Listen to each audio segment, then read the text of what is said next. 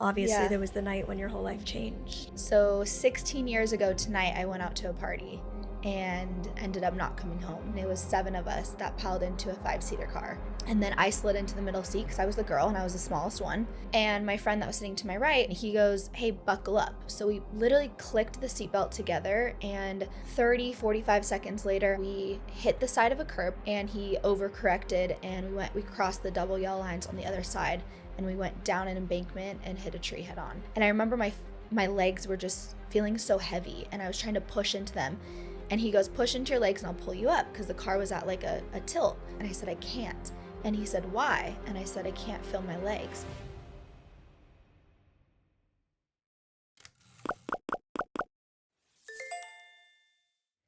Hello, and welcome to What It's Really Like with me, your host, Molly Burke. I am so excited. This is our second official episode, but the first official episode in our brand new studio space that we built in our home office.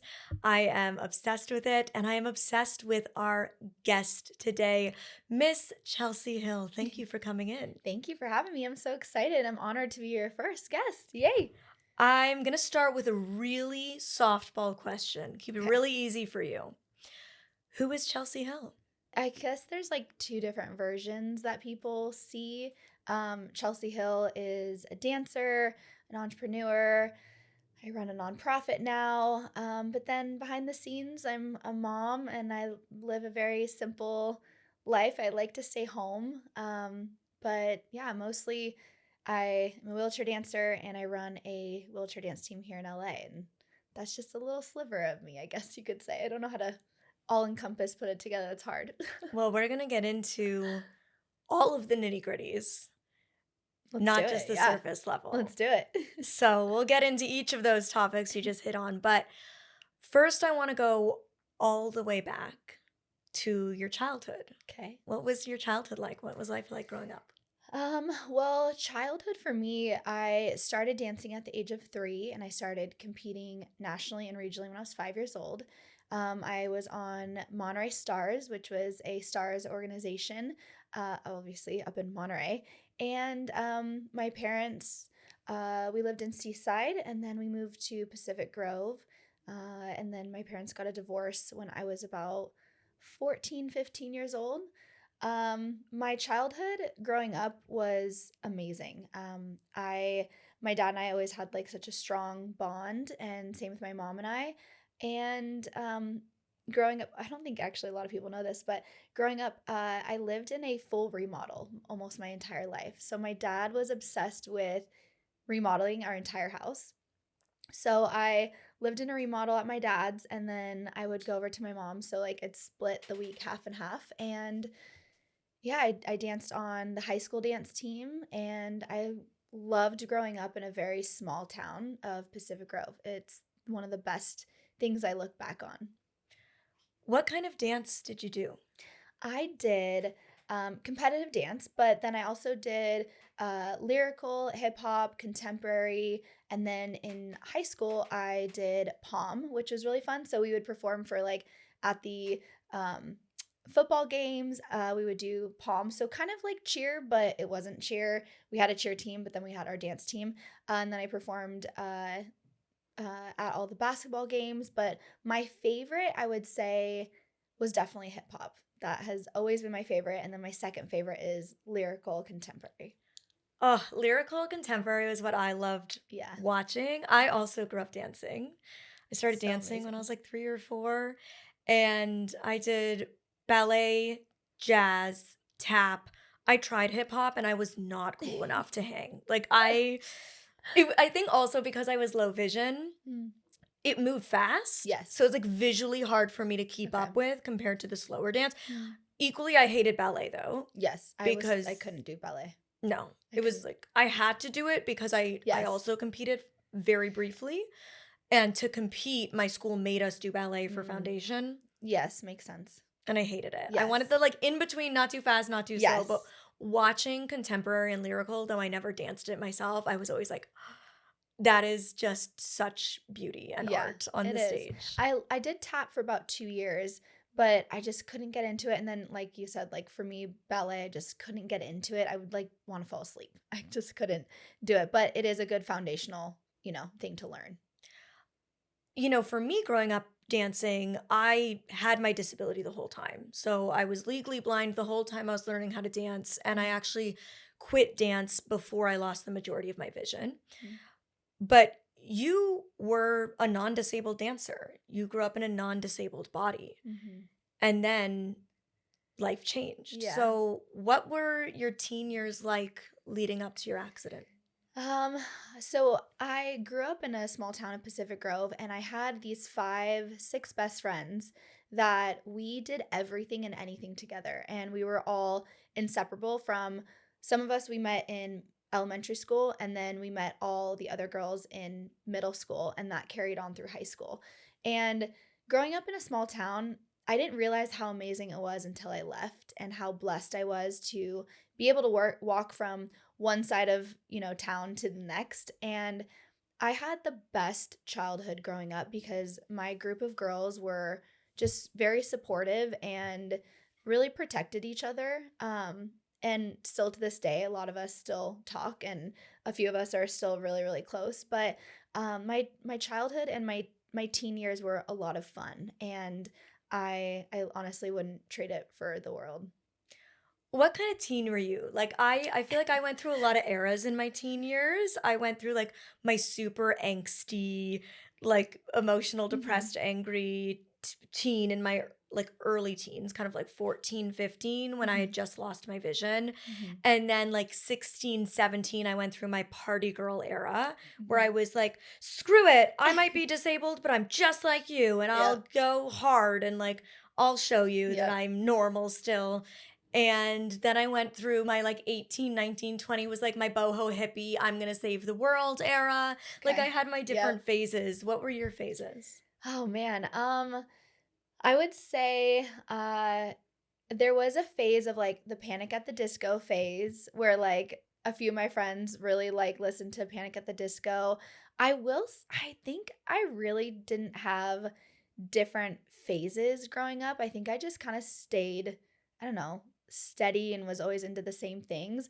But I do remember a lot of my times in high school, like blasting music in my room, and I had hardwood floors, and I would just dance in my room. Like I would blast music, and like when I was sad, or like my boyfriend and I broke up at the time, then I would like play like sad songs, and I would dance to that. And I had, I guess maybe for me, my switching, like maybe it wasn't eras, but I would switch my room a lot.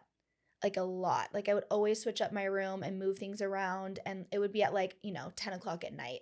And then I think into high school, as far as party stage, I I was like the little girl, the only freshman that made the high school dance team. So I was around a lot of older girls. And that's where I met all of my dance best friends. And for that stage of my life, freshman year I like would go to parties, but I wouldn't drink. But sophomore year is when I started to really go to parties, and I met other people from other, towns, and I would go to, like, I went to like 5 different proms, which in one year, which was Damn. wild. I went to 4 winter balls, I went to 3 homecomings, I went to five proms, like all within a year. My mom was like, "What is happening?" I'm like, "I know everybody in this town." Like I just was friends with a lot of people. And so I think that's kind of, for me growing up as an only child, I think I just always wanted to have friends because I was always just alone at home. It sounds like, I mean, you've even said it, you had like a pretty idyllic youth, a Hmm. pretty like classic Americana, Yeah. Yeah, I guess so. like high school experience. And then obviously Yeah. there was the night when your whole life changed. Yeah. The night of February 21st, 2010. It's actually February 20th. So this is actually really crazy. What's the date today? Wait, It's, February 20th. So, whoa, that's crazy. wait, is today the anniversary? So tomorrow technically. Tomorrow. So 16 years ago tonight I went out to a party, and I ended up not coming home. And that was my last time walking, was, oh my gosh, 16 years ago today. Whoa. Oh my gosh, I still remember everything I did that day too. But yeah, I went out to a party with friends and, just like a normal Friday night. And my ex and I broke up the night before. So I went there specifically to see if I could talk to him, which was, its own thing. We were on and off since like elementary school. So went there, ended up not talking to him, and I'm like, okay, I'll play some beer pong. So I was playing beer pong, and then the night progressed, and I had work the next morning. And someone goes, hey, I'm leaving. Does anyone need a ride home? And I was like, oh my gosh, I need to get home. I'm going to be in so much trouble. When I got there, I planned to walk because in Pacific Grove, you could literally walk from one side to the other of town and it'd be fine. And this night I was like, oh, I'll just run out to the car and I'll get a ride home. And long story short, we ended up hitting a tree head on, going about 35, 40 miles an hour.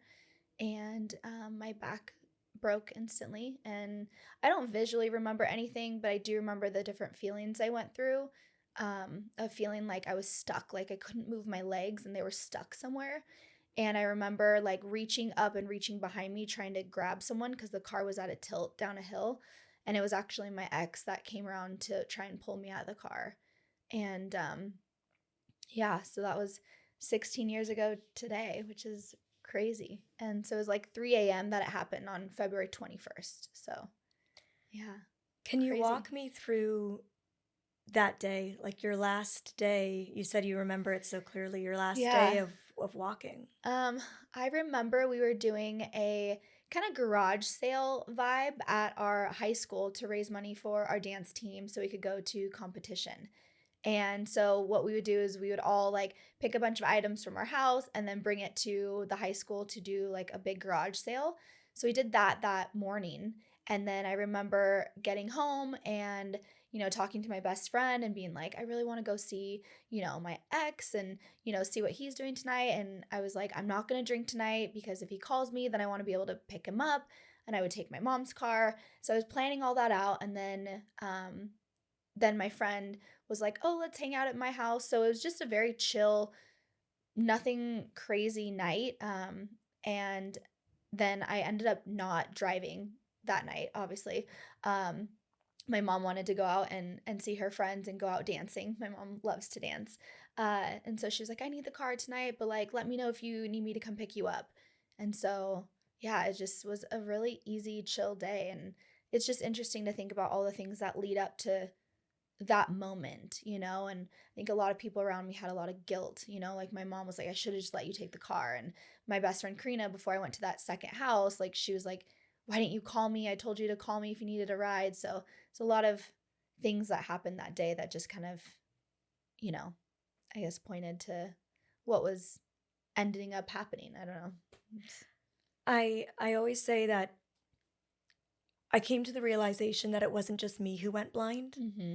Yeah. Everybody in my life went blind with me, right? Yeah. Like they had their own experience of my vision loss. Yeah. And it sounds like there was a lot of people in your life Mm-hmm. who went paralyzed with you. Like they had Yeah. their own lived experience and their own grief and their own emotions that surrounded it. Yeah. I look at my life as before and after. Absolutely. And It's crazy. even Yeah. though I've been legally blind from birth, my life was so different when I had significant usable vision that allowed me to play competitive soccer with sighted girls and Mm-hmm.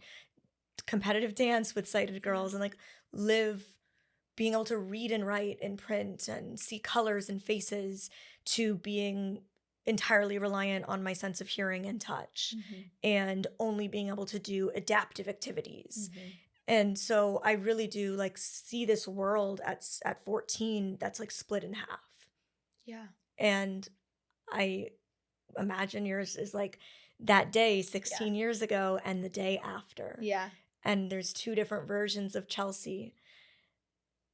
In that car, what was that ride like? When you got in the car, who was there with you? Like I'm curious what those, because I think of like the moment in between the before and the after, and that's Yeah. that moment for you in that car is the in between. Yeah, you're so right. I think about that a lot because when we all piled in, it was seven of us that piled into a five-seater car. and I was with one other girl, and the rest of the people in the car were all my guy friends. They were all like the football players. And when I actually ran out and I was like, shotgun, my ex ran out after me and he was like, no, I get shotgun. You're sitting in the back. He didn't even need to be in the car. He was just being a jerk. So I was like, whatever, like I'll deal with you tomorrow, And we were that on and off couple a lot, but when, we all piled into the back, I sat on my best guy friend's lap and we were blasting music. We dropped off one of the girls first and she lived literally right down the street from me. And so we turned the music back on. I was still sitting on someone's lap and we passed my street. And when we got to the stop sign, I remember they turned down the music and they were like, hey, Chelsea, do you want to get out now? Like, we just passed your street.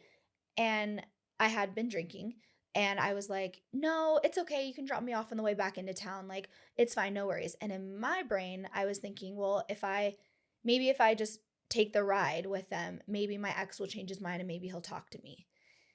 And then we went into Monterey. We dropped off one other person. And then I slid into the middle seat because I was the girl and I was the smallest one. I remember we were blasting music, we were dancing, having a good time. And my friend that was sitting to my right reached under me and he was like, hey. And I was like, oh, what are you doing? And he goes, hey, buckle up.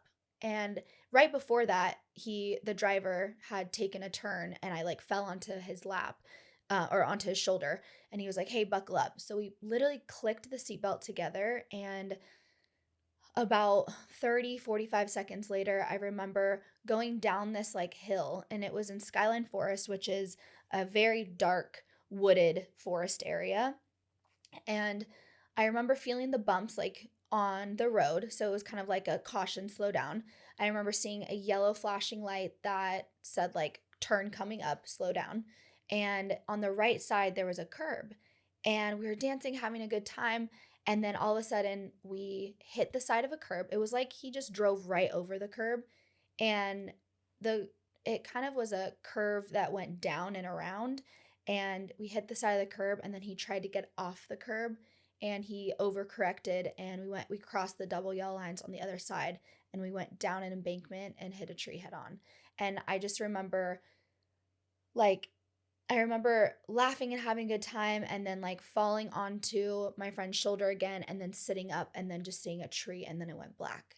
And like I said, I don't remember seeing anything, but I guess I was awake and um this is all hearsay from my ex that was in the car, but I guess about a few minutes later my ex woke up and then my friend sitting to my right woke up and they both started screaming.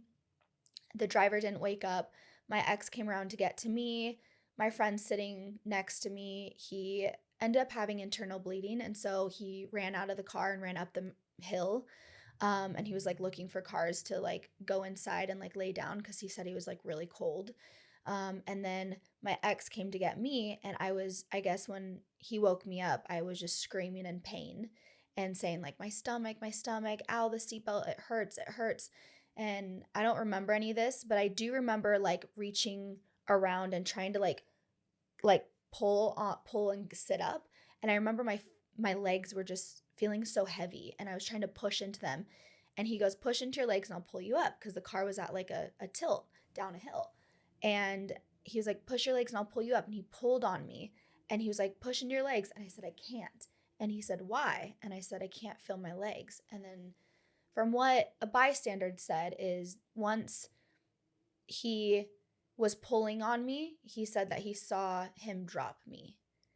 And that, I guess, my ex says that that didn't happen, but this innocent bystander that was calling 911 saw all of it. So, I think the damage was already done, but, and in that moment, your adrenaline's pumping and you don't know what's happening. And I just remember feeling stuck. I was then life flighted to Santa Clara Valley Med, where, and I remember in the ambulance, and I remember, driving over to the airport, and I remember feeling like I could say my mom's name, my mom's phone number, but visually I don't remember anything. I just remember like it was like a dream. So then I was life flighted to Santa Clara Valley Med, and I remember the helicopter noise on my chest, and I remember someone holding my hand and just being like, "You're gonna be okay." And I remember like our fingertips just like letting go, and then I took a deep breath and I just like went to sleep. And it's so cliche to think about it, but I remember people being like, "Oh, I saw the white light and I said no," and all that stuff. But for me, it was like I knew that like my life wasn't going to be in someone else's hands, and I just didn't know what was going to happen. But I just remember taking a deep breath and like going to sleep, and I woke up with a tube down my throat, and my hands were tied to the bed, and I had no idea what happened. Wow. I I can't imagine waking up and not knowing what happened in that in between. Yeah. So that brings us to the after, the Mhm. start of the after, the start of the new life you live. Mhm. How many days later did you wake up in hospital? I I woke up right away. Like I woke up and I was talking to my dad, and um but I don't remember a lot of it. I think because they just had me heavily like on pain meds. But I do remember like telling my dad like I'm okay, I'm okay. And he goes, "Okay, good." And he was the first person to see me. And he go and then I was he said, "How are you?" And I said, I'm okay, Dad." And my face was all puffy and my lip was busted and I had all these warm towels around me. And I said, "Yeah, but I can't feel my legs." And my dad, he just was like, when he tells me this later, he goes, "I was so happy that I could hear you talk." And then all of a sudden, when you said that to me, it was like I was back down to the ground. Like, and he asked the doctor, like, why did she say she can't feel her legs?" And he said, "I'm so sorry, but we think she has a spinal cord injury." So, I was awake from right away, but I don't remember a lot of the first 2 weeks. I remember like it's almost like a dream, like bits and pieces that come to me that are like, oh, I remember being wheeled down, the hospital aisle in a hospital gurney, bagging myself so I could breathe because I didn't let anybody like put oxygen in me because I like smacked their hand and I was like, "Give it to me," because they made me choke. So like my dad calls it the hill blood in me, but that spicy side of me. But like I remember bits and pieces of that. I remember like waking up, my hands were tied and I like weaseled my hand out and then all the nurses jumped on me and my dad like was like, "No," and I was writing to my dad because I couldn't talk to him. So it was almost like I would wake up and then I would fall back asleep and then I would dream and I didn't know what was reality. And then about 2 weeks later, that's when I really came to, and I already had the back surgery. And the doctor was like, "Okay, so what do you want to know?" And I was like, "Well, first of all, why can't I feel my legs?" And he said, "I'm so sorry, but you have a spinal cord injury and you're never going to walk again." And I said, "What? How is first of all, how is that possible?" And then I said, "Well, can I have kids?" And he goes, "Well, you're in pediatric ICU, so you can talk to your parents about that." And he never gave me an answer. And, for me, I was like, okay, well, how can you just break a bone and then not heal? Like, my brain went, you break a bone, it heals, you do rehab, and then you go back to your normal life. So I really was in denial for a very long time.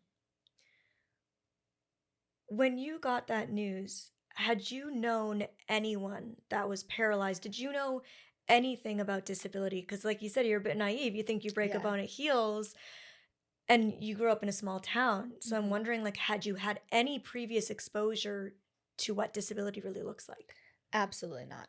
I had zero thought that one, this could ever happen, or that someone in a wheelchair could live a life outside and be productive members of society. I had no idea what that looked like. I always envisioned people in wheelchairs that were in sweats and didn't take care of themselves. Like that was just what I saw online, or not even online at that point, but like in movies that like Hmm. people they didn't know how to take care of themselves. And so for me, I was like, that's not possible. Like I'm 17, my birthday is next month. Like I'm supposed to go off to college and have like, a beautiful life. And so I didn't know anyone. The only person I knew with a disability was I had a really good friend that had Down syndrome. And that is the only disability that I knew from like elementary school into middle school. So I had no idea what to expect, but I was like, I'm going to be that miracle that gets up and walks. That was my mindset for really the first year. And what was the journey like after becoming paralyzed and you leave the hospital and you Uh start your rehabilitation? Yeah, I will say, I think, growing up in a very small town, I had a really great support system because my whole dance team, my dad put it in my coach's ear, was like, "You guys should do a wheelchair dance routine for like your hello goodbye rally for when we graduate. Like, I'll go get wheelchairs." So my dad went all around Northern California, picked up like 13 wheelchairs, and I got to teach my able-bodied dance team how to dance in a chair. Like, that was such a great experience for me. And I had a lot of really high moments where, I got to still be part of my life that I had when I was walking. But then I had a lot of really low moments, and where I would wake up and I would just like scream and cry and like hit the pillow and push my wheelchair out of the way and be like, I don't want it. And, you know, demand to like get out of the car without my chair, which, I had a lot of low moments and I put myself in a lot of probably not safe predicaments because I didn't know any better, like hanging out with guys and then being carried upstairs and being like, "Oh, well, I don't have my chair. Now I'm really vulnerable." Like situations like that where I didn't know I had to think about my safety. In new ways. Yeah, in new Yeah. ways. And so um I learned a lot. It was very hard, but I had such great friends around me, and I think what really saved me is all of my friends and all of my family would, if I wanted to figure out how to do something, they never said, "Well, I don't think you can," or "I don't know how to do that." They always said, "Well, let's figure it out." And I think that truly saved me and helped me become the person I am today. That's amazing to have that support network around you. I think that really is one of those things that can make or break people Mhm. when they're going through something traumatic. Yeah. For me, I often reflect that one of the hardest parts of going blind was not actually me going blind. It was that I lost all of my friends Mm. and felt like I did not have a good support network. Mm. I had really awful teachers around me that would say I was faking it Oh my and god. that I was the reason I was being bullied because I was being so dramatic about my vision and like all of these things that made the vision loss itself so much more Mm. difficult than it needed to be. Yeah. So it always makes my heart so happy when I hear people have the opposite experience as you should. Like you should have support, you should have people on your team. Yeah. I will say though, our principal did not like me. I don't know why, but there were certain people that did not like me that was like, "Oh, well she got what she got what she wanted." Like she we were with all the football players, like we were going to parties and so there was a lot of people in the community that was like, "Oh, well, she should have known better." And basically saying that like I deserved what I got. Mm, Um, and then after with like our driver going to jail and then being sentenced to prison and all of that, like there was a side to the community that really did not like me at all. And it doesn't make it easier. yeah. I want to get into that. I want to back up a little bit. Was the driver drinking? Yes, yes. He was actually 3 times the legal limit. And did you know that at the time when you got in the car that he had been drinking? So so it's interesting. About 2 months before this, he got sober and he wasn't drinking. And I knew that. So he texted me that night and was like, "I feel like I want to have a drink." And I was like, "No, don't do it. I'm coming over." And he was at our friend's house. And I was like, "Don't do it. Like, I'm coming over. Like, stay sober. You got this." Him and his girlfriend broke up. So, he was going through a hard time. We were really good friends. And so I I didn't know when I got there if he had been drinking. I had no idea. And about maybe an hour into it, I turned around and I saw him holding a red solo cup. And so I didn't know if there was water in there and he just wanted to fit in, or if he had beer in there, or if that was his 10th cup. I had no idea. Mm. And he was the type of person, and maybe people out there listening know of this type of person, but he was the type of person that he could have 10 drinks and be completely normal, or have 30 drinks and be completely normal. Like there was no in between. I never saw him really ever drunk or look drunk. Right, he hit his drunk well. Yes, Yeah. he did. And so I to me I didn't I knew he had been drinking. I just didn't know how much. And I just never thought that my friends would ever put us in that predicament. And I never really heard about drunk driving, which is crazy to think about. There was one accident that happened about a month, 2 months before our accident of two guys driving, and one guy ended up driving drunk and killed his best friend. And that happened like 30 minutes from us. But other than that, we never heard of any drunk driving. That wasn't a thing that anybody talked about. And unfortunately, oftentimes these things don't get talked about Mm-hmm. until it's too late, Yep. until something has happened. Yeah. And now you are one of the living cautionary tales, which is why it's so amazing that you're here and sharing your story and that you share your story so publicly. Mm-hmm. At what point in your recovery did you find out what had happened to everybody else in the car? So the driver and I were both life lifted to the same trauma center, and he was actually down the hall from me.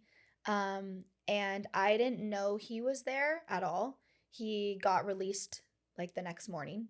Um, he had a little bit of head trauma, um, but he was released the next morning, and then the day after that, he was arrested.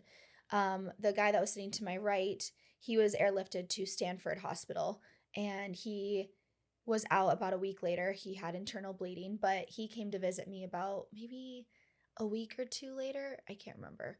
And he walked into the room, and um, I remember the other guy that was in the car accident. He was fine. He had crushed knuckles, fractured jaw, and his heart shut off, so they had to revive him. And then my ex was perfectly fine. So I didn't really know about anybody until about 2 weeks after, when people would come in. But when my friends would come and visit, like, I had a line down the hallway. Like, the nurses were like, guys, we got to figure this out, I guess. Like, everyone wanted to come see me. And I I guess everyone also wanted to protect me and not tell me what happened, and not tell me the extent of my injuries, because I would hold their hand and be like, why can't I feel my legs? Like, what's going on? And they're like, oh, maybe it's the meds. We don't know. But my parents wanted me to be fully aware when I heard the news. That makes sense. How long were you in the hospital, and then what was the transfer to a rehab facility like? Oh man. So I was at Santa Clara Valley Med, which is the Bay Area, and I was there for 51 days. Wow. Oh my goodness, I was there for a long time. And I was in pediatric ICU, and then when they moved me to my own room, um, I was in this like in between era, and that's when I noticed that I broke my pinky, and I was like, I don't want to do another surgery. Like, no, no. And my dad slightly mentioned it to a nurse, and they were like, okay, well, we've got to do pinky surgery. So of course, I had to go in and do pinky surgery. But then I went down to the rehab level, and at Santa Clara Valley Med, they have a whole rehab facility that's attached to the hospital. So I was there for about a month, relearning how to, oh my gosh, like just sit up in the bed, and how to transfer, and how to, use a catheter, and how to brush my hair, and how to get dressed, and all these things. And I literally, the whole time, I was like, this is not my life. Like, this is not what I'm going to be doing. Like, I'm going to be that miracle. I'm going to get up and walk. And I remember they tried to show me how to get from the floor to my wheelchair. And I was looking at the lady, the PT, and I was like, you're using your legs. Like, you have no idea what this feels like. Like, no, I'm not going to need to learn how to get up from my chair from the floor.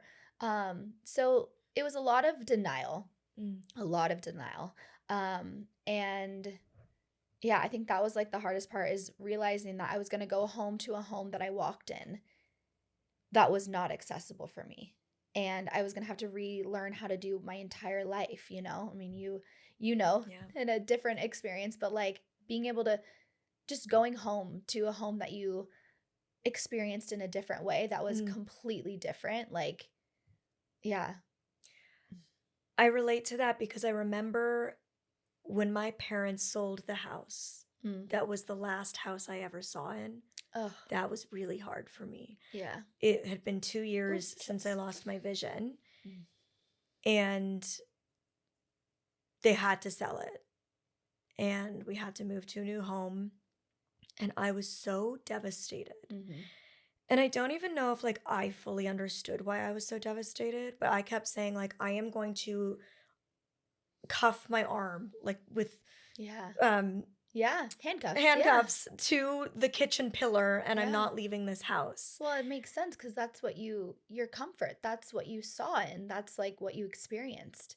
You wanted to hang on to that. Yeah, it was like my last piece of like visual memory. It was Mhm. like this is the last home I will ever have seen in. Mhm. And I spent majority of my childhood there. Yeah. And this would be the first time I would move to a new home that I would never see. Yeah. And those all of those little firsts after an Mhm. accident or after any kind of significant life trauma or change, Mhm. all the firsts carry so much emotional weight with Oh, yeah. them. So what was it like for you going to that home? Like do you remember the day getting released from rehab? I'm sure it was a mix of like excitement and joy that like this hospital stays over, but Mhm. also fear of like the unknown ahead. It's interesting, and I'm gonna probably actually talk about something I've never ever talked about. But unfortunately, we talked about earlier our family and friends that also experience our loss as well. And, I don't hate how do I explain this? My mom made it really hard. And I don't blame her for that anymore. At the time, I was like, how could you make this even harder for me? Like, I'm the one that's paralyzed. And why she made it hard is the accessible side of the house was her side, and it was the biggest side of the house. Like, it was her big room into like a big walk-in closet, and then the big office area, and then the garage, and then the bigger bathroom. And physically, and logistically, it just made sense that I had that side of the house and she had the side that had, the smaller area. And she fought for like weeks where we had to get like the hospital therapist in there to talk about, and like she just fought it like, why do I have to give up my side of the house, blah blah. It was horrible. And yeah, it I'm was sorry, that's my really upsetting. no, my dad was like, you are crazy. And you know obviously now being a mom, I would never do that to my daughter, and like I would give my daughter the entire world. But I think at that point my mom was also like, I have a little bit of compassion for her now going through that, cuz I'm like, you are also trying to navigate this new life with your daughter, and then now you have to go back and, I'm trying to like think of like, what she was thinking, but have to now go and switch over your entire house and your world. Like, it's a very selfish thing, right? But it that was really hard because what should have been such an easy yes decision took weeks to convince my mom that I needed the bigger side of the house just because it was easier. So yeah, that I've actually never been asked that question, and it sparked that memory for me. And it was hard because I was like, wow, I feel like even more of a burden, and it's not our fault, it's not our fault. And it was very hard. And there were a lot of little moments like that. But my mom and I have grown so much since then. I want to acknowledge that having conversations like this do bring up Hmm. new things. Like even for Yeah. me all the time, like the memory of not wanting to move out of that house. Like this Yeah. conversation just brought that up for me. I'm like, oh yeah, I haven't thought about that in so Mhm. long. And when we get reflective and we look back at these moments, like new things come to the surface. And I also want to hold space for the fact that like it's the anniversary tomorrow. Yeah. And I am sure that carries a lot of emotional Mhm. weight even 16 years later, even if you have this moment of being like, oh wow, I totally forgot it's tomorrow. Yeah. But somewhere in you, I feel it. Mhm. that still lives. So Yeah. what what do you do on the anniversary? Do you have anything that you do that helps you? It's interesting. I was actually just talking about this with someone. And when I was first paralyzed, like that 1 year anniversary, I was like, oh my gosh, I'm not walking yet. And then I met these amazing women like the first year I was paralyzed. And that was, the end of 2010. And they were like, oh, so it's your life day. And I was like, what's a life day? And they were like, it's the day that you celebrate the fact that you made it, that you survived. And I was like, oh. And Molly, that outlook changed that day for me. Granted, I still mourned it, but it changed that outlook of being like, oh my God, you're right. I did survive. I I survived. I'm here and I still have a life to live. And that saved me, and that was the Push Girls that said that to me. And, you know, when we did the show Push Girls and it came out in 2012 and we celebrated like life days and stuff, I think for so long I was always like, I'm gonna hate this day and it's gonna be the worst day ever. And over time, I've realized that both feelings can exist at the same time. You can feel mad and sad and mourn that life that you had, and also still be so thankful that you're alive and that you made it and that you still have breath in your body. And so for a really long time, I would like throw a big party and like, celebrate this big life day. And it's so cool to see on social media all these people that celebrate that day as their life day. And I have to give all the kudos to the Push Girls for making life day a thing. Like, if we want to go OG back in the day, like the Push Girls made that such a like big thing because of the show. And so for me now, I'm 16 years paralyzed. Next year will be my golden one. So like, people talk about like their golden birthdays and stuff. Well, I'm like, well, now it's my golden life day next year. I'll be walking.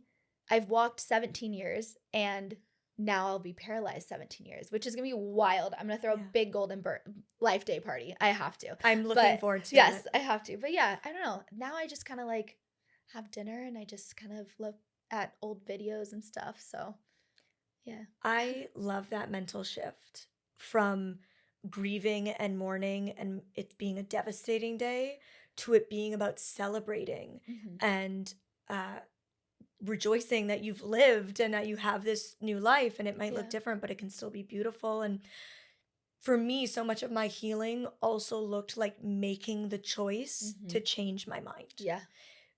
realizing that I can choose to be Mhm. angry and bitter and resentful and ask why me, Yeah. or I can choose to say, fuck it. Like, Mhm. this is the life that I was given, and I don't have to understand it to find purpose and Mhm. meaning. Yeah. And it is a choice. Mhm. It is a choice. I receive the comment all the time, I wish I could be as optimistic and happy as you. It's a choice. And I'm like, I wanted to die. Yeah. So trust me, like, I wasn't always this person, Mhm. but eventually I had to realize that I don't like being in my own misery every day. Yeah. Yeah. That's not a life to live. Yep. And like, I want to feel better, Yeah. but I can't expect to feel better if I don't actively try to change Yeah. and try to rebuild and Mhm. try to move forward and lean into my new reality. And I couldn't agree more about duality, Mm. like that we can hold space for two things to be true at once. Mhm. I often talk about the fact that I can recognize that objectively my life is harder because I am blind. Mhm. That's just true. The world isn't accessible. Life is harder for me because I can't see. But at the same time, I can also say I love my life Mhm. and I live a great life, a beautiful life that I wouldn't change. Mm. And it can be confusing for people to say you live with hardship, but you Mhm. wouldn't change it. Mm. And I hold space for the fact that that is confusing. Yeah. And sometimes I don't even understand it. Mhm. But Yeah. for me, so much of rebuilding was finding purpose Mhm. because it's hard to move forward when all you're asking is why. Yeah. And so when you answer the why by filling that pain with purpose, you can start to move forward with this feeling of, well, this is it. This is Mhm. why. And I think looking at you, I know your why. Like, I feel like I know your Mhm. why, but I want to hear it from you. Push Girls was how I found you. Oh my gosh, really? Yes, I watched Push Girls No all way. those years ago. Wow. Yes. Oh my gosh, that's crazy. And I remember, like, we're very close in age. Mhm. You're just a few years older than me. And I grew up never seeing myself represented Mhm. as a disabled woman. as somebody who went progressively blind. So kind of had that life before and life after scenario. Mhm. I never felt like I saw those stories of girls who, like me, had went through something really traumatic at a young age, but were rebuilding and living their best life. Mm. And that was Push Girls for me. And I remember just like Wow. loving it so much. So I feel like Push Girls was the start from my outsider perspective, correct me if I'm wrong, like Push Girls was the start of you finding that purpose. Push Girls was the, like, it captured me figuring out who I was again, you know? And it captured me on television for hundreds of thousands of people to watch me find myself again. And like, that's crazy that you watch the show too. You were the It's baby on the I was show. the You were the baby. closest to my I was the age, so I baby. remember like really, really. Well, I guess we should step back. For those who don't know, can you explain Push Girls in a Yes. nutshell? Yeah. So Push Girls was a reality show on the Sundance Channel that was the first reality show about women in wheelchairs and how we lived our lives. So there was four main characters, Auntie, Angela, Mia, and Tiffany. And I was the fifth girl that was the young, newly injured girl that was just trying to figure out life. And they were my girls that just took me under their wings and taught me everything. And I would not be the woman I am today without their guidance and without their mentorship. Like it it reminded me that I could do whatever the heck I wanted, and they were the example that I needed at that time. That really speaks to the importance of both representation Mhm. and the importance of community. Yeah. Growing up, you had really very little reference point of what disability was. Mhm. So when you became disabled, what you said is, I'm not like them, Mhm. and I don't want to live this life, and I will walk again Mhm. because being disabled isn't an option. Yep. Because you had never seen what Exactly. empowered disabled people looked like. Yep. Exactly. And then in rebuilding your life, when you're surrounded by non-disabled people who are trying to show you how to transfer Mhm. while they're using their legs, Yeah. as well-meaning as these people are, Yeah. they're not living our experience. And so being able to be a part of building that representation for other people while Mhm. simultaneously tapping into community and mentorship Yeah. was like such an unlock, it Yeah. sounds like, for you. Yeah, and it's interesting because still to this day, there has not been a reality show about, let alone wheelchair users, but just people with disabilities that are living productive, beautiful, successful lives, that are authors, that are entrepreneurs, that are business women, that are mothers, that are like there's nothing out there, which is so wild to me because the community that we have is so beautiful and we are so powerful that if there could be a show out there, people have been like, ever since Push Girls, they're like, so you can do another show? And I'm like, listen, we tried to pitch for 10 years, like literally 10 years after, like every single year, and got no's all the time. We were shelved, we were on contracts for years, like we were held. Mhm. And I'm like, why can't there just be something out there that shows all disabilities and how we're all living productive, successful lives? Like, there needs that. So for me, Push Girls was the catapult into showing what I could do, but also with that, especially the first like 5 years, I really was like, well, I'll do this until I walk again. You know, it was like always that I'll be fine, but one day I'm still gonna walk. There still was that hope, you know, and Mhm. I think there still was that hope really for, maybe over 10 years, maybe 11, 12, where I was kind of like, all right, whatever, like I love my life. But I was so determined on building a life that people were like, whoa, how did you do that? And I think that's what that drive really saved me from just like closing the curtains and being like, fuck it, I'm done. Like I don't want to live this life. Like I I don't know, I wanted so much more for myself, and if I didn't see that, then I was like, "All right, I'm gonna create it," you know? Totally. I'm like on the same boat Yep, with you, yep. absolutely. And I've tried pitching shows and I face the like, I'm sure. well, there's like already a show with other disabled character and it's like with No, a different disability in a different genre. Like it's so it's different. so wild the way people, I mean, we see it with the Paralympics versus the Olympics. Mhm. Everybody tunes into the Olympics and is all excited and then the Yep. moment parasport starts, it's like, turn Yep. off the TV. Exactly. It's not interesting. I'm not like them because I think there's such like this idea in society that it's us and them. Yeah. Like we as disabled people are othered from the rest of society Hmm. because they don't see themselves in us.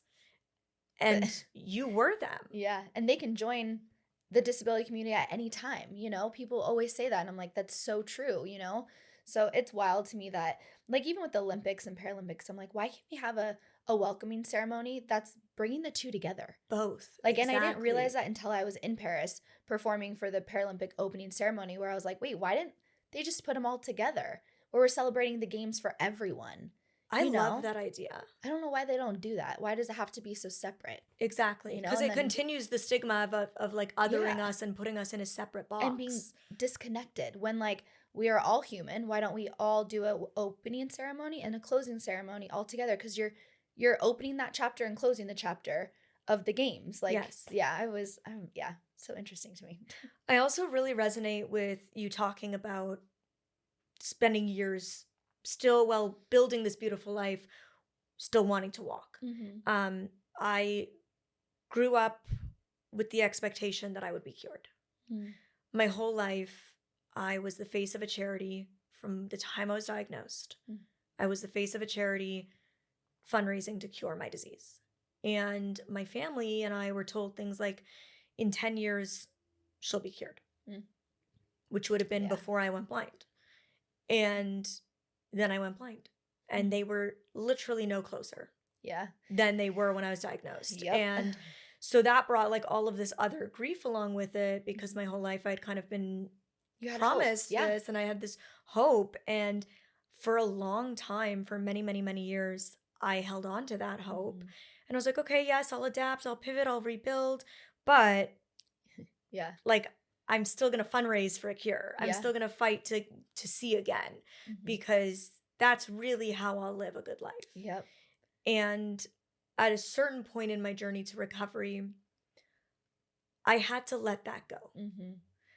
because I realized that in some small way, it was still, at the very least, emotionally holding me back from like fully accepting who I was Mm-hmm. and fully accepting the life that I have. And I think everybody has something they need to accept about themselves, Yeah. whether it's like your weight or your height or your Mhm. skin color, your freckles or whatever it is. Like we Yeah. all have like a small or big thing. And for us, it was big things, like Mhm. accepting the fact that you may never walk again, accepting the fact that like I will likely never see again.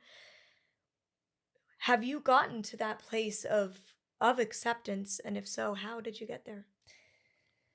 Oh man, I mean, you know, when you touch on the hope, you know, when I was first paralyzed, the doctor came in and they were like, "Oh, there'll be a spinal cord injury, you know, there'll be a cure for this, a cure for spinal cord injury, you know, within the next 5 years." And so that hope was like, "Oh, okay, well then like I don't have to fully adapt. Like I can there's going to be a cure, so I'll be fine."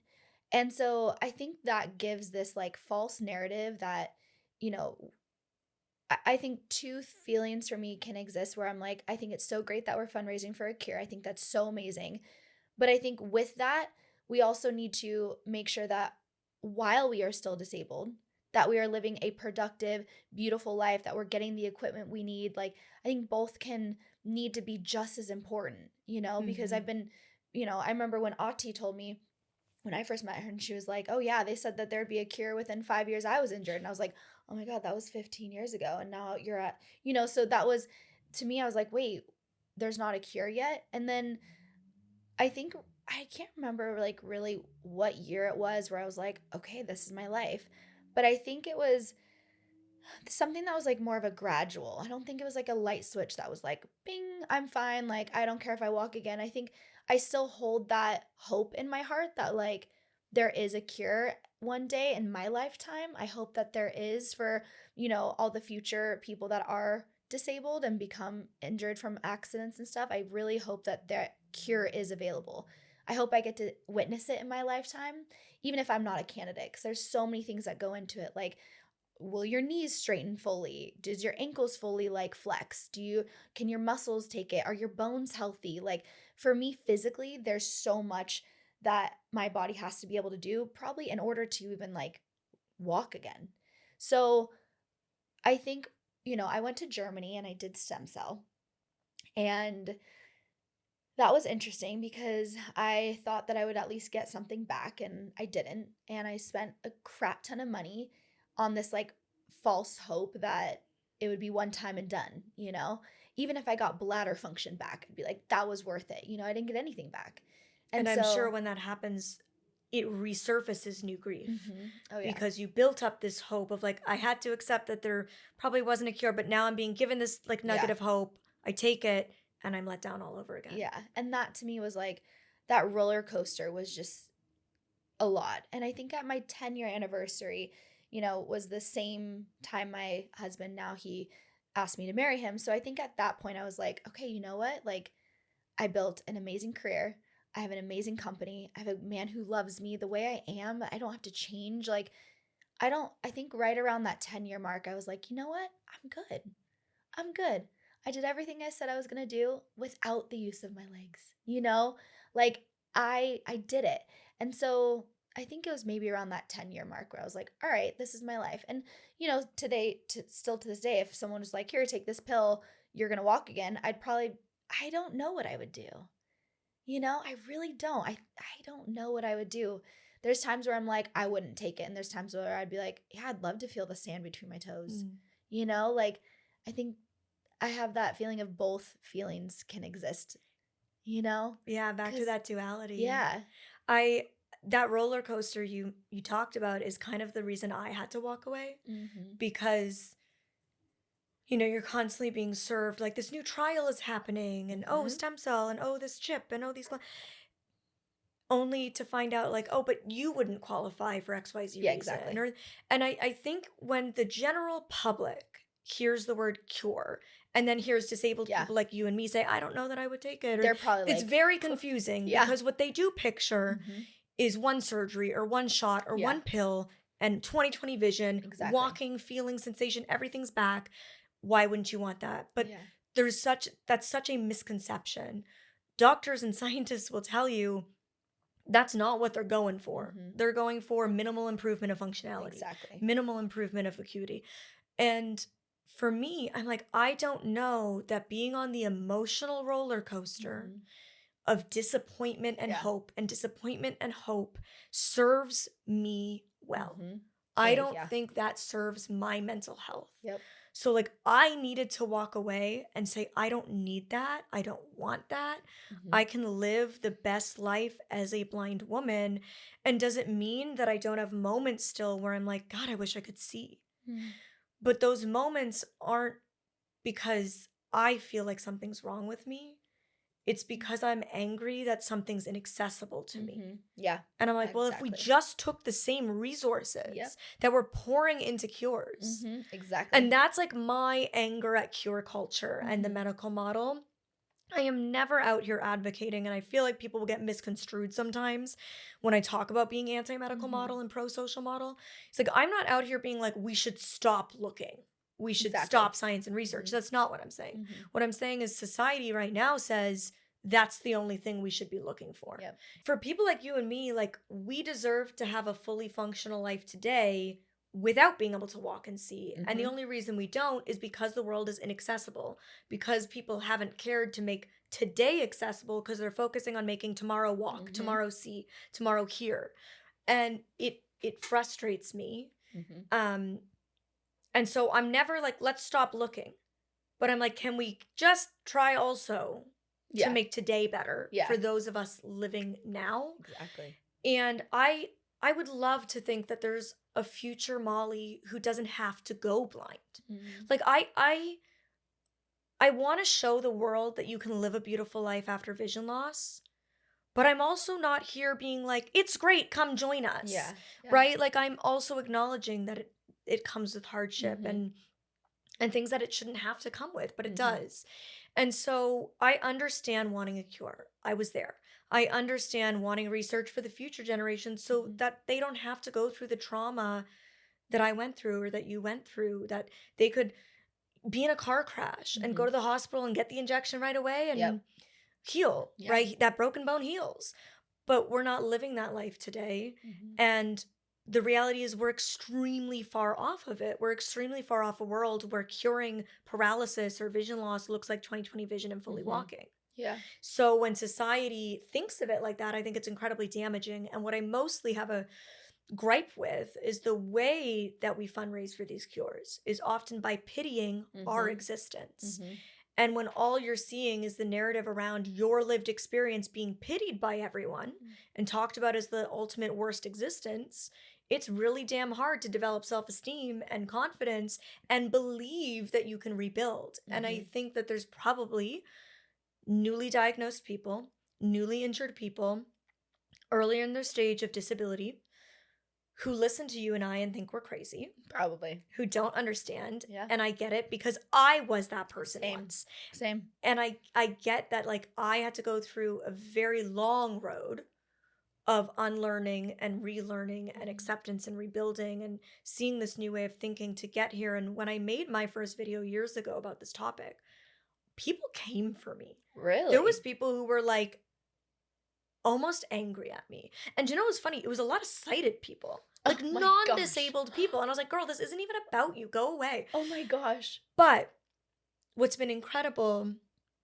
in this last year since Unseen came out, my book, Mhm. doing a book tour and going and meeting so many people, having people come to me and say, I saw that video 5 years ago or 4 years ago or Mm. whatever, and it changed my life Mm. because Wow. I've spent my whole existence as a disabled person feeling like I wasn't enough and like I needed to be Mhm. cured and like I was the burden, I was the problem. My body was what Mm. was wrong. And that nugget, that moment of you just like cracking the door to realizing there's another way of seeing it Mhm. started me on this path. And like now today I'm where you are. And Mm. like that is why I talk about it. That is Yeah. why these conversations matter because this might be that door cracking to somebody who right now is like, Mhm. girl, you're crazy. But in Yeah. 4 years, we'll say, thank God they Yeah. planted that seed. Yeah. It's so true because, I feel like I wish that we could raise more money for people to be able to live a productive disabled life as we are raising money for a cure of whatever. And I think people that aren't disabled feel like, oh, they need to be cured. They need to be cured.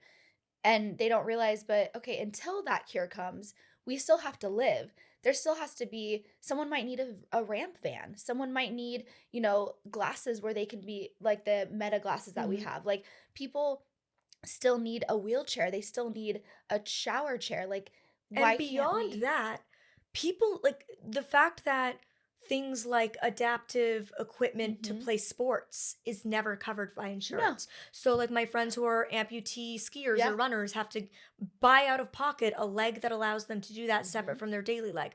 People who do wheelchair basketball Yep. have to buy separate wheelchairs to play basketball in, and they have to pay. Yeah.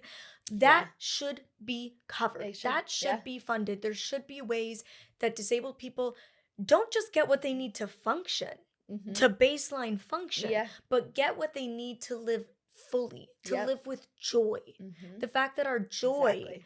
comes at an additional cost is incredibly frustrating to Yeah. me when then like millions and millions and millions are being funneled into an experimental research trial That, that a yeah. percentage of a percentage of a percentage of a percentage of people living with that condition may Yeah. be able to be eligible for. It's wild to me when like people can't even afford a wheelchair just to be able to live, let alone a shower chair or anything to just live a normal life. And then even if insurance does pay for something, they still have to pay out of pocket if they want it to be a lightweight wheelchair so they can at least be independent and drive. It's just wild to me and I think it's great that we're raising money for a cure, but I wish that there was also a place for people to raise money for more equipment for people to live productive lives until that cure does come because you're right.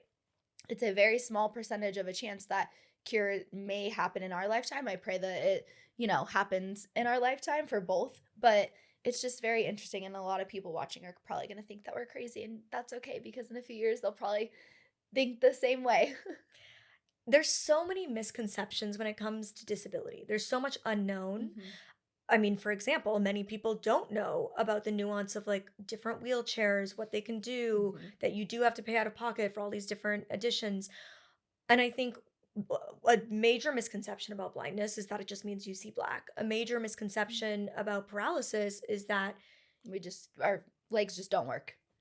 there's so much more So to much more. paralysis Yeah. than your legs not working. And I don't know about you, but I've talked to many of my friends who are paralyzed, and they're like, girl, it's the least of my It's concerns. the least of my Like bowel concerns. and bladder function would Yep. be great. Being able to, you Feel know, if something's too hot on my legs, if my toe is like, squished in my shoe, like the walking part, that's why I'm so glad you bring this up because when the Push Girls told me, I think it was like maybe season 1 or season 2, I can't remember.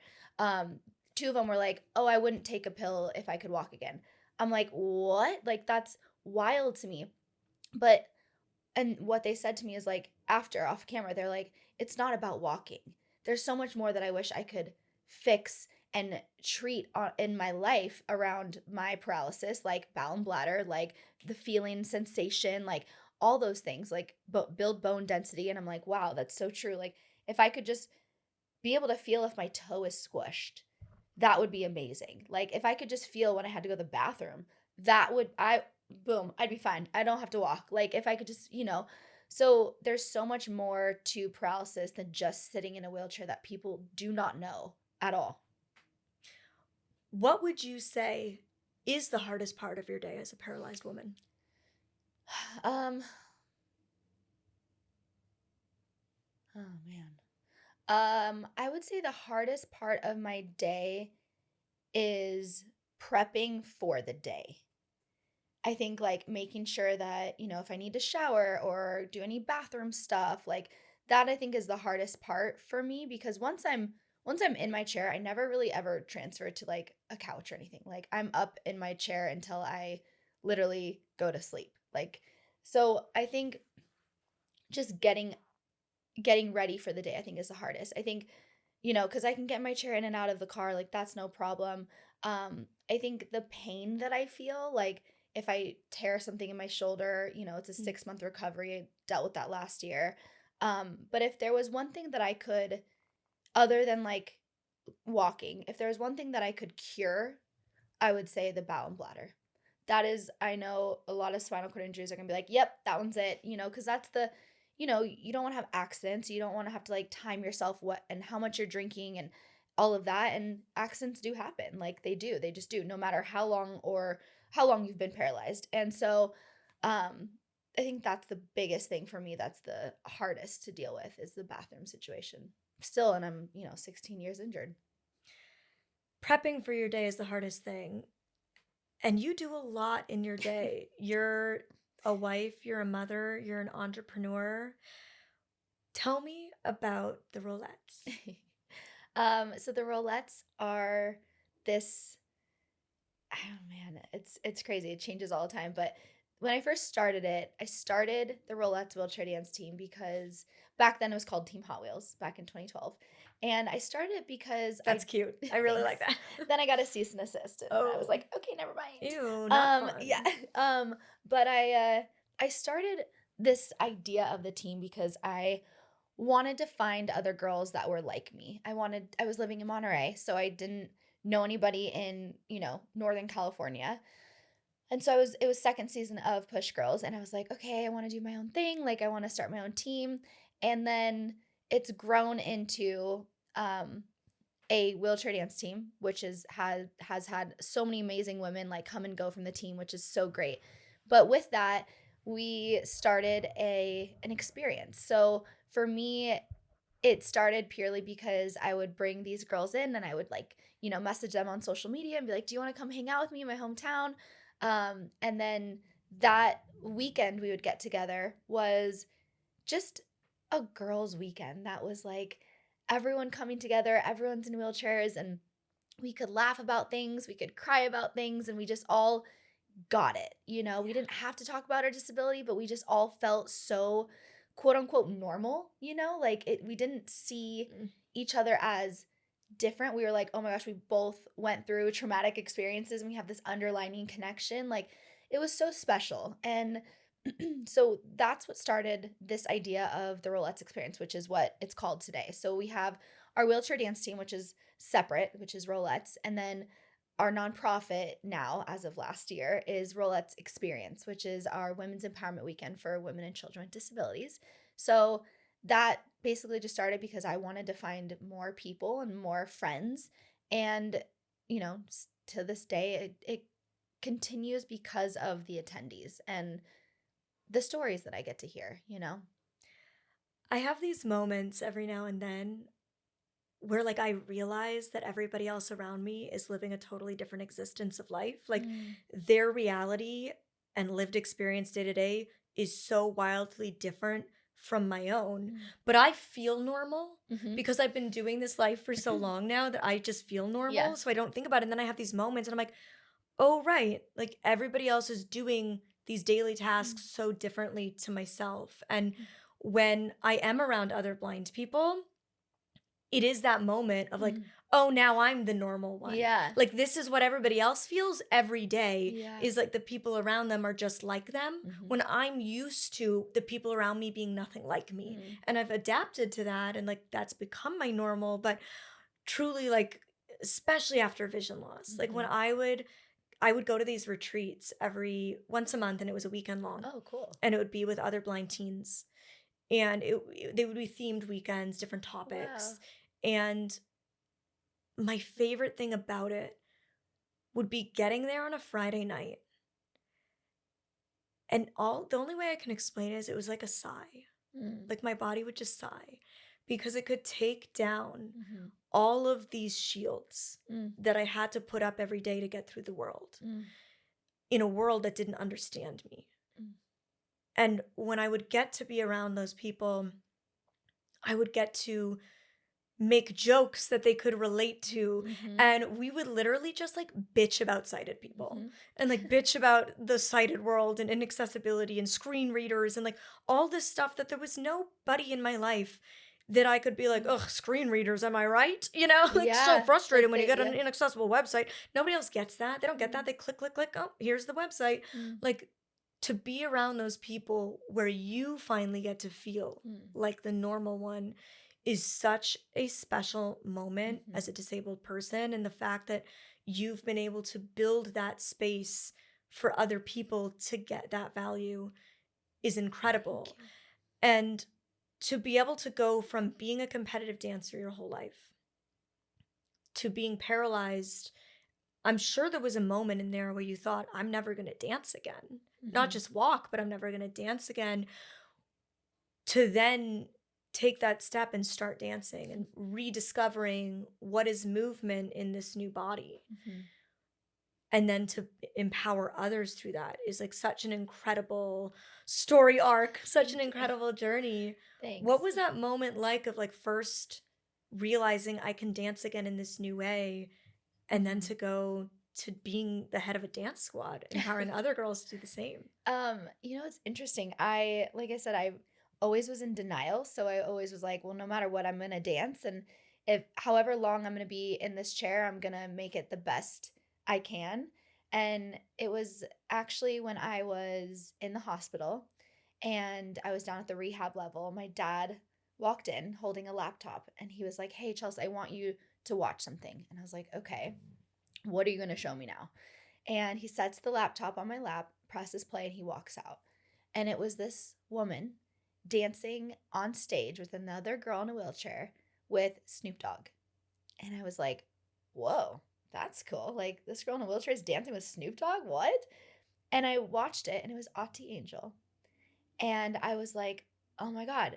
And I just sat there and I remember watching it and I remember going, well, that's cool. Well, that's weird. I wouldn't do that. Or, whoa, that's awesome. Or, I would change this. And it got my wheels turning. And that to me was such a pivotal moment to be able to see something that I could relate to. And that carried me into then meeting her and then joining her team and then starting my own with her blessing, which was amazing, which they didn't show that on Push Girls. They actually made it like I went behind her back, but I Tried to make actually, it a drama yeah, I moment. actually got her blessing. And she was really excited for me.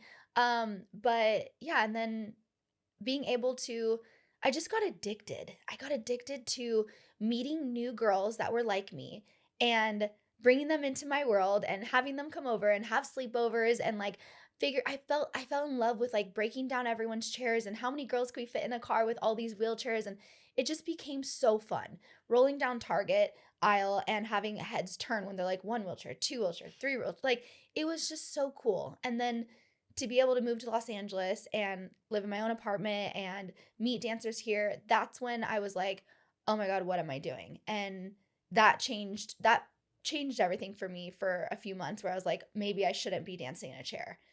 And it really made me take a look and be like, people probably think I'm a joke. And so that was a really big turning point for me when I moved from Monterey to Los Angeles. You've made a career as a dancer. Like that's a big part of your work now. Like your livelihood is being a wheelchair dancer, and dance is one of those career paths where very few make it, right? Like very Yes. few non-disabled dancers make it to the point where they're being paid or they're getting booked Mhm. for shows or shoots. And you did it. And I try very hard not to think about who sighted Molly would have been, Mm. because again, for my own mental health, Mhm. I don't think it's good to wonder about her. Mhm.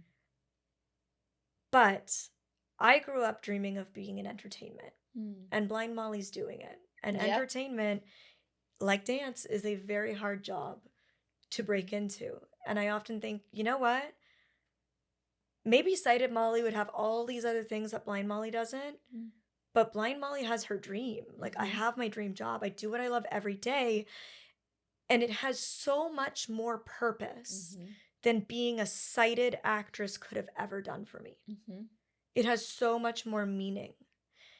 Do you ever think about what able-bodied Chelsie would have been like? Yeah. Like you said, it's hard to think about because my world would have been so different. I wouldn't have met my husband, I wouldn't have my daughter, like I wouldn't have this incredible community and these incredible friendships that I have today. But I do sometimes wonder like what would I be doing? Like would I be dancing? Would I be teaching? Would I be living in the Bay Area? Would I live in LA? Would I have a partner right now? Like I don't know who I would be. And I will say, like, I wouldn't trade the life I have now to know what standing, walking Chelsie would be like. I'm so grateful for the life that I have created for myself and for other people. And I've employed people. I have, like it's a really crazy feeling to feel so secure in a body that others would not be able to handle. Like we are such confident women and our disability has made us confident, yes, but I do think we have always been confident. And I think it just took something, for me, it took something drastic to happen to realize how strong I really am. And, it's a really crazy thing, but I do think about walking Chelsie and what she'd be doing, but she definitely wouldn't be making an impact like I am now, and same for you, like being able to say that we are doing exactly what we wanted to, but with a little bit of a hurdle is so cool to feel, and I don't know, I'm kind of at the point in my life right now where I'm trying to figure out like what's next, I don't know what's next, and that's a scary place to be though, you know. The evolution of Yeah. Chelsie. I don't know. I'm like, I've done so much, I really have. And I feel like I've lived so many lives yeah. in my 32 Oh my years. gosh. Yeah. There's something about going through something so traumatic at such a young age that Yeah. like fast forwards your life in many ways. It makes you grow up fast too. And you have to Yeah. become so, yeah, just so mature a lot Yes. faster than we need to be. Yes. I often feel like I missed out Mm-hmm. on a lot of childhood. Mm-hmm. And I say like I was young when I went blind, but I was no longer a kid because that was stolen from me. That innocence of childhood Mm-hmm. was stolen by all of the things that I went through. And I see the comments that say like if I went blind I'd kill myself. Oh And my I'm God. sure you receive those comments because I People. feel like Yeah. everybody in the disabled community gets those Mm-hmm. comments. But my response is always exactly what you just said, like we find a strength you could have never known was there. Yeah. Like, I probably, if I didn't go through this, would also think that.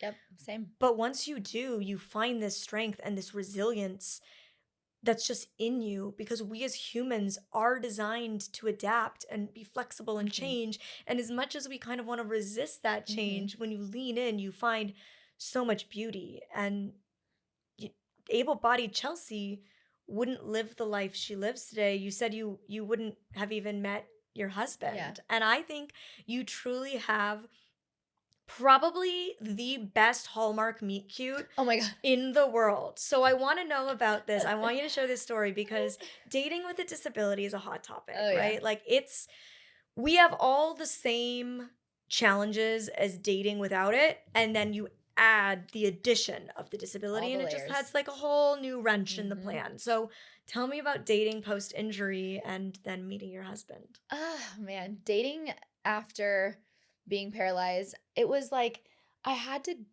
kind of convince the guys that like I was quote unquote normal, and that like, oh, the chair thing's not a big deal. Oh, like I wanted to make the chair so not a thing where I was like, oh, I can drive. Yeah, no worries. Oh, I can break it down. No worries. Like I overcompensated and like tried to make the disability part so minimal when like now looking back and now being married, I'm like, oh my God, the disability part is a huge factor in our relationship. Like more than I ever would have guessed, because it like determines my entire life, my day to day. And so dating in the beginning was fun, but I also I felt like I always wasn't good enough. I always felt like they were always comparing me to other girls, like just physically being able to like, oh, well, we can't walk on the beach, sorry. Or, oh, I can't hold your hand and roll because there's, cobblestone. Like little things like that. Or, oh, we need an accessible, oh, I can't sit in a booth. Or I'd be like, oh, it's no big deal. Like I would have to go out of my way to make sure other people weren't uncomfortable Mm-hmm. so much. And, I met my husband in, oh my gosh, we locked eyes in 2014 and we started officially dating in 2015. And he has been an ATP, so he builds wheelchairs for a living. He's on the provider side. And I was a spokesmodel for a company called Smart Drive, and which is still out today, which is so cool. And I was a spokesmodel for the company, and he sold our product, and I had no idea. So when we actually first talked, after we like saw each other at an event, long story, we actually talked, and he was like, "Oh, tell me more about the product," and then I, gave him the spiel, not knowing that he sold the product for us. Like he just wanted to talk to me. And I was like, dang, he's handsome. Like, oh my gosh, he is so hot. Like, and I was like, he's way out of my league. Like, he's way out of my league. And then he was like, oh, do you want to grab drinks later? And I was like, absolutely. I would love to grab drinks with you. And then we grabbed drinks, and he was like, oh, do you want to grab breakfast the next morning? Because he was staying at the same hotel. And I was like, yeah, but my dad's in town. So my dad has to come too. And he was like, okay. And literally the first time we had breakfast, my dad was like, who is this guy? Like talking to my daughter. So that's really how we met. And then I think there was like a period of time where, living in LA and he was living in San Diego, we were long distance for the first year. So I made up excuses to go to San Diego, which was a 3 hour drive, 3 hour drive. And I'd be like, oh yeah, I work in San Diego, I want to grab lunch. And I would just drive to San Diego just to have lunch with him. So I really pursued him, but I guess looking back at it now, he also really pursued me because he would FaceTime me all day, like all day. Um, but yeah, I dating in the beginning was hard, got harder when I moved to LA, and then I met Jay. It was crazy. You talked about feeling like they were always comparing you to other women. And I Mhm. think oftentimes I felt that as well, but it wasn't actually that they were, it's that Mhm. I Yeah, was. yeah, Like, so I true. was comparing myself to the women they could be with. So true. Like, I was like, why would you want me Mhm. when you could have a sighted person who doesn't come with all of this baggage, who Mhm. doesn't come with all of these additional layers of things to think about and Mhm. consider and accommodate? And Yeah. that's such a hard part of the dating with a disability experience. But I think what happened, and correct me if I'm wrong, I don't want to speak for you, but what seems like what happened with your husband, and I know for me, what has happened in my relationship is when you meet that right person, Mhm. not only does it feel like your disability like isn't even a discussion, like it's Mhm. not even a topic on the table, Mhm. they actually make you feel like you're even better because of it. Yeah. Like the unique Yep. aspects that your disability brings to the relationship is what makes you interesting, is what Mhm. makes you so beautiful to them, Mhm. is what brings like this excitement and interest to your life as a Mhm. couple. Like it actually like flips So instead of true. feeling like, oh, this thing about me is so hard for them that they have to Mhm. cope with this. It feels like, oh, this thing about me is actually special. It's Yeah. what makes me interesting and brings value to our Yeah. relationship. It's so interesting you say that because I think about all the other guys I dated and I would be like overcompensating for, anything with my disability. And then when it came to Jay, he never asked about it. He never was like, "How do you do this? How do you do that?" He joked about it one time and then and then that was it. Like he was like, "So how do you pee?" And I was like, "I don't know, how do you pee?" Like and then it was done. And so like but he never asked me like how do you get dressed? How do you drive? Like, it was never something that he was like, it's not that he didn't care. It just, he wanted to get to know me for me, he didn't want to get to know me because of my disability. And he was curious about the disability part. All of that came naturally. And I think that was just really, really cool to experience someone that wanted to get to know me for who I am rather than like because I'm disabled. And I really appreciated that because then it kind of put the ball in my court to be able to talk about things when I felt like I needed to. Like, oh, yeah, I can transfer to a booth, or oh, I'd rather stay in my chair and sit, like things like that. Or like, oh, will you grab me a catheter out of my bag? And he'd be like, oh, what's a catheter? Like, it was those little things I was like, oh, you don't know? And like, instead of him being like, so how do you pee? What's a catheter? It just was really reassuring to me? Right, or the oh so invasive, "Can you have sex?" Exactly. And then you're like, Listen, when I'm gonna do it with you is when we can discuss it." Like, Exactly. that's not a first date Mhm. conversation, and I feel Exactly. like I went on so many dates where I literally felt like the 20 questions of blindness. Like, I was their personal Google. I was like a Yeah. curiosity date instead of a Yeah. genuine date, and Mhm. there's no worse feeling than that, Yep. and then when you meet a person that just makes you feel so comfortable with your disability because Mhm. they're so instantly comfortable with Mhm. it. It is like the most peaceful, blissful feeling I hope Yeah. every disabled person can find in a partner someday. Mhm. And now you two are married, Mhm. fast forward, Yeah. and you have a daughter. Yeah. The second question you asked in the hospital when you got paralyzed Mhm. was, Can I have kids? Yeah.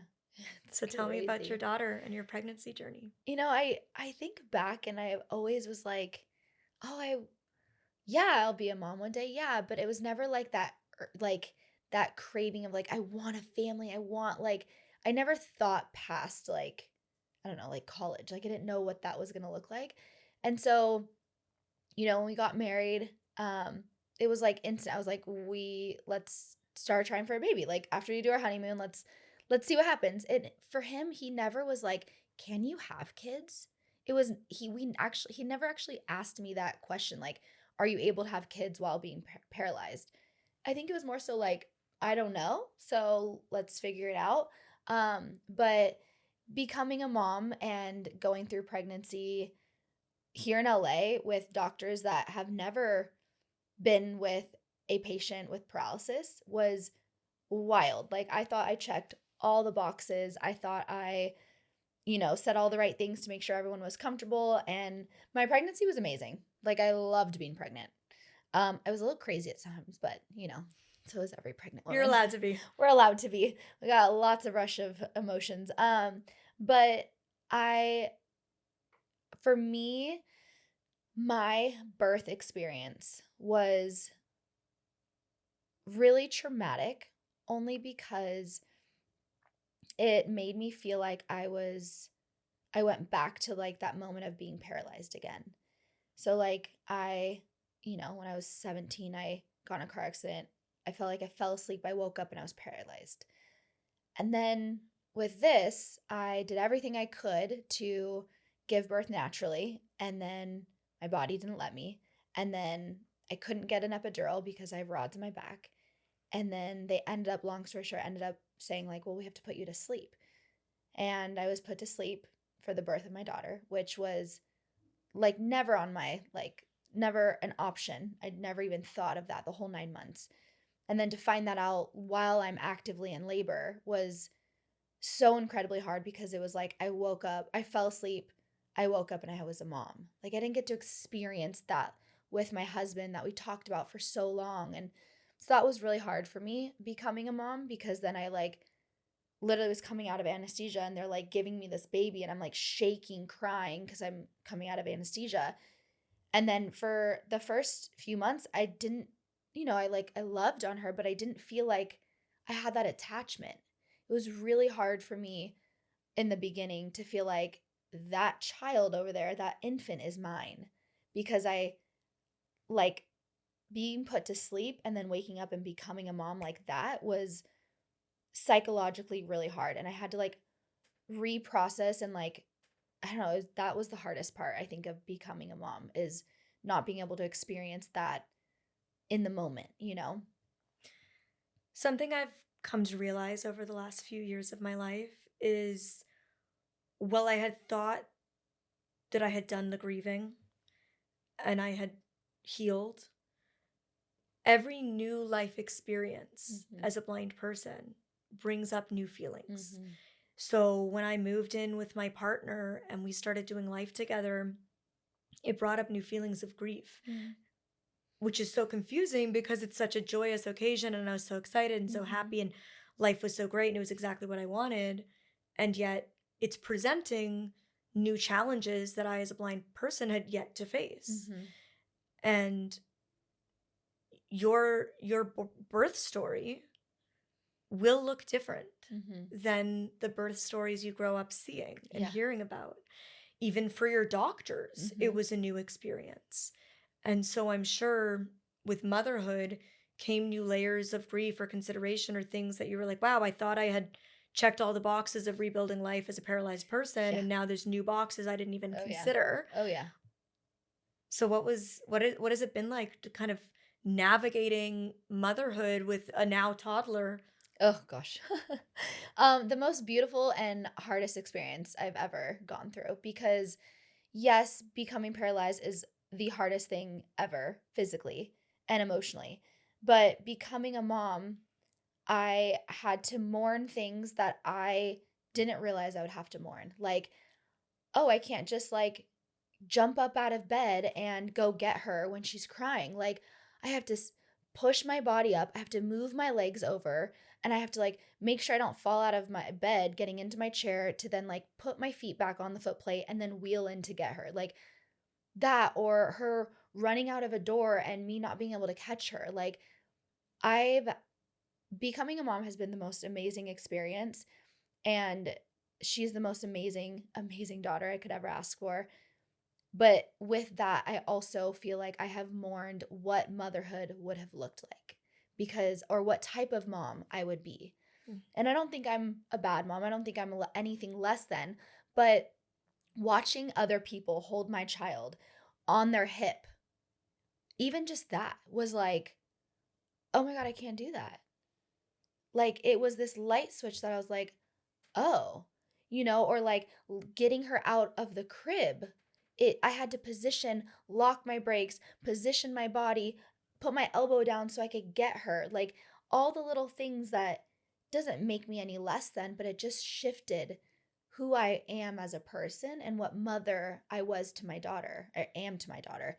And so I think that has been really hard. And because she's growing, all of those changes are happening every 3 to 6 months because now she's a toddler.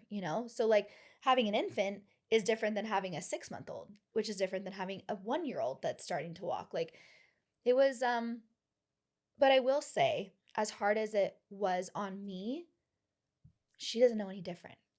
And that's the coolest part is my Jalen does not see me as different.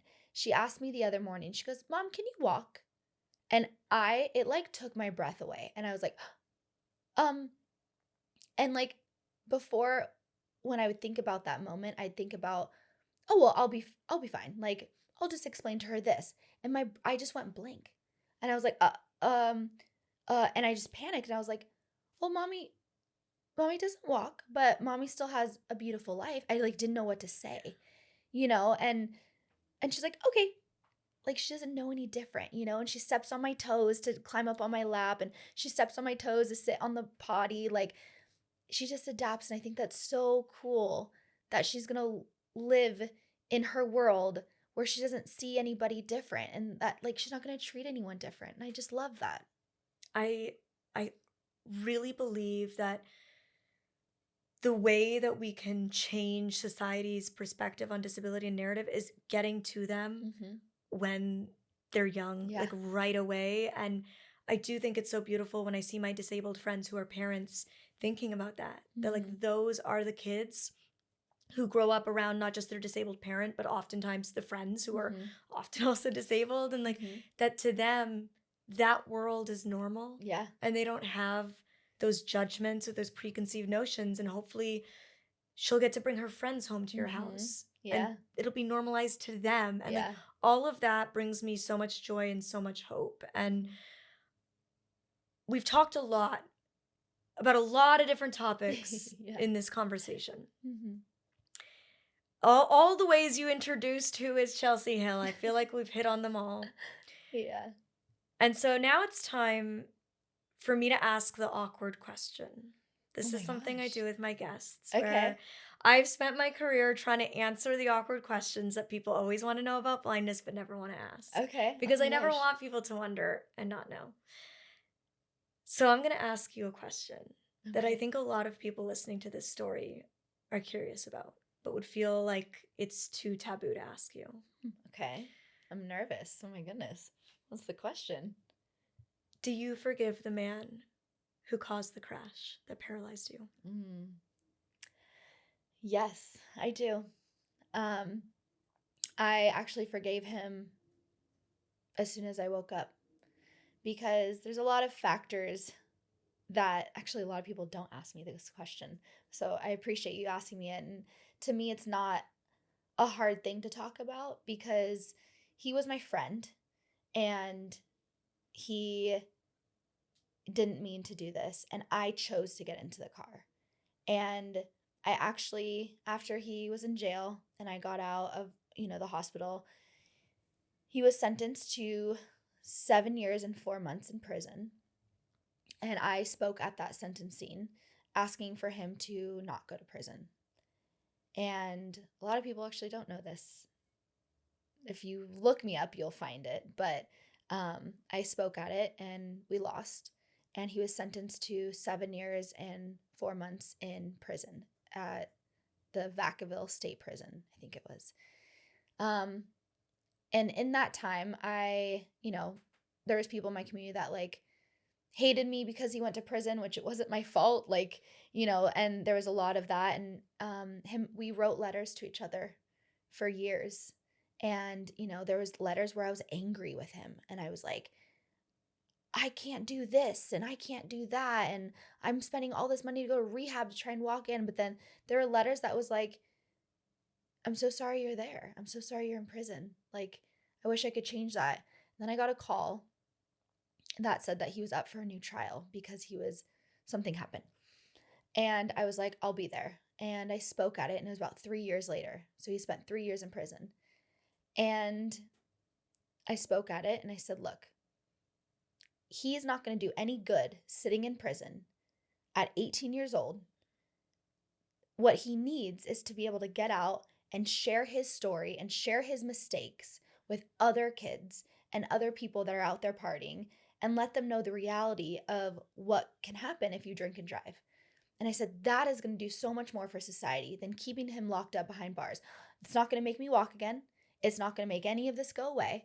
What it's going to do is change people's lives. Have him come speak with me. Oh, let's go do a tour together and let's change these lives and wake up these kids that are out here partying, getting drunk all the time, drinking and driving.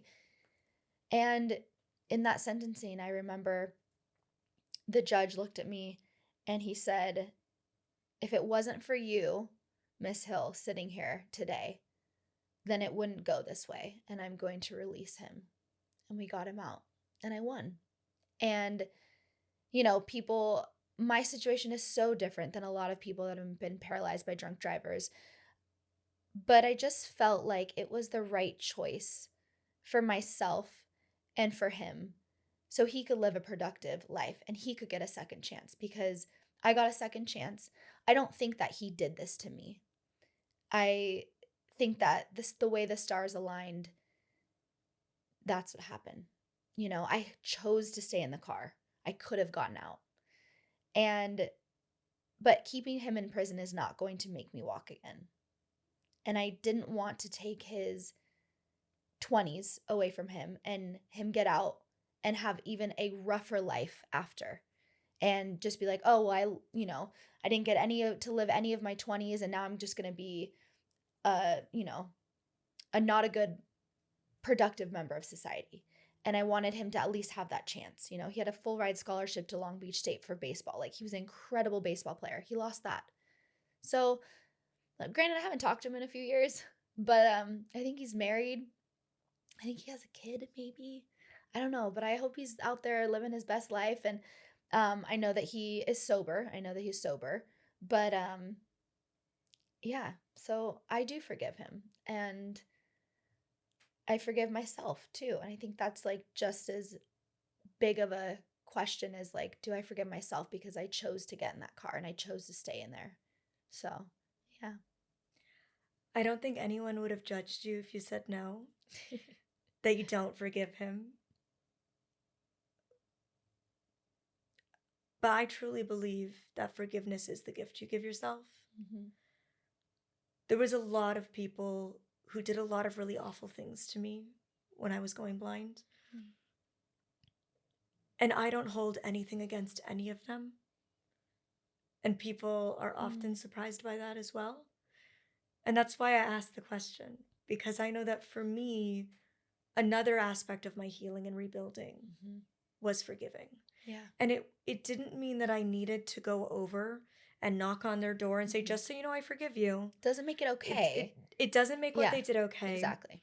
I think that he will likely live the rest of his life with a massive weight to bear that he paralyzed you. Mm-hmm. Yeah. That in itself is a lot to carry. Mm-hmm. I know that whether the people who hurt me live with that today or not, whether they've like entirely moved on and forgotten that I exist, or whether they think about me time to time, doesn't matter to me. Mm-hmm. For me, I had to, within my own heart, let go, because I realized that holding on to the anger and the bitterness and resentment was continuing to hand them the power to control my life and my emotions and my thoughts and my feelings when they themselves had moved on and they likely weren't thinking about me. And yet I'm still letting them live rent-free in my mind and bring me down. And the best revenge that I could ever seek is going and building the beautiful life they didn't think I could. Absolutely. And so forgiveness is the gift you give yourself. And it's not easy to find that, right? It's not easy to look deep inside of yourself and say, like, this person who hurt me and did me wrong, I let that go. But I do think when you can find that peace in yourself, it is a beautiful gift. And I'm glad that you found that, not only for him, but way more importantly for yourself, because this isn't your fault. Yeah. You didn't do anything wrong. Thank you. This is the life that was in store for you. And we can think a million times, a million ways, like, what if I had gotten out when it was at my street? But you could also say, what if I hadn't put the seatbelt on? Exactly. Yeah. So in one way, you might not have been paralyzed, and in the other way, you might not be alive. Exactly. So the cookie crumbled exactly as it was meant to, and you've built an incredible, beautiful life that's not only serving you, but so many others in your community. Thank you. We started this conversation with a simple question of who is Chelsie Hill? And I want to end it by asking, what is it really like to be Chelsie Hill? Stressful. I'm just kidding. Oh man. I don't know. People, I'm sure you get this a lot too. Like people come up and they're like, I can't believe I'm meeting Chelsea Hill. And I'm like, I think that people have put that name. Sometimes, I don't know. This feels weird talking about, but like sometimes I feel like people have put that name Chelsea Hill on this pedestal where they're like, they've idolized it for however long. Where like, I just want people to know that I'm just human and I'm just navigating this life for the first time and I'm just going through these situations for the first time and I'm learning every day and I'm growing every day and I have trials and tribulations and I have loss and I have grief and I have everything that everyone else experiences as well. And yeah, I just want people to know that Chelsea Hill, yes, is that, but also is human. And I'm experiencing life just like everybody else, you know? I truly think the worst thing that could happen to me is that people think I'm perfect Yeah. and like want to be just like me, Yeah. or like idolize me to the point where they don't allow me to falter, Mm-hmm. because I think that it does feel sometimes. Yeah. I agree. Like people have like created this narrative around me that I didn't intentionally build. Exactly. And they think like I do no wrong and I'm perfect and I've got this whole disability life thing figured out. And I'm like, damn, Mm-hmm. I will falter. I will make mistakes because I'm a person. Mm-hmm. And truly, like the moment you opened your mouth and the first word was stressful, I was like, preach. That is quite literally how I would answer if somebody asked me. It's Mm-hmm. stressful, Mm-hmm. because I think that no matter how much we're just living our life and trying to live with purpose and passion and do our best, Mm-hmm. it can sometimes feel like we bear this weight, Yeah. Oh yeah. that this life experience that we were handed comes with this weight to bear, Mm-hmm. of like, what do we do with it? Mm-hmm. And the what do we do with it gave us the purpose that helped us rebuild, but it also gives a pressure that can be hard to carry. Yeah. And then when you add this feeling like people think that you're the pinnacle of Mm-hmm. success, or that you're what they should like strive to become, Mm-hmm. it feels like, well, I'm happy to be your role model, Mm-hmm. and to be that role model that I didn't have when I Yeah. needed it. I Exactly. want you to know that I am still trying to figure this out. Yep. And I'm not perfect. Yep. And and we're human. Yeah. We're all human, and that's really what I want this podcast to be about, is we've lost humanity. As a society, we've Yeah. so lost the plot on compassion Oh my gosh, and yes. empathy and understanding. Yes. And I want these conversations to bridge gaps. Mm-hmm. And so thank you for coming and for sharing your Thank story you. so honestly and so vulnerably. I want to make sure that my audience knows where they can keep up with you, and more importantly than that, how can they support you? So Oh, where can they find thanks. you? I'm on the social media platforms, most all of them, I guess you could say. Just Chelsea Hill. And then you can check out rolettesdance.com or rolettesexperience.com and everything is there.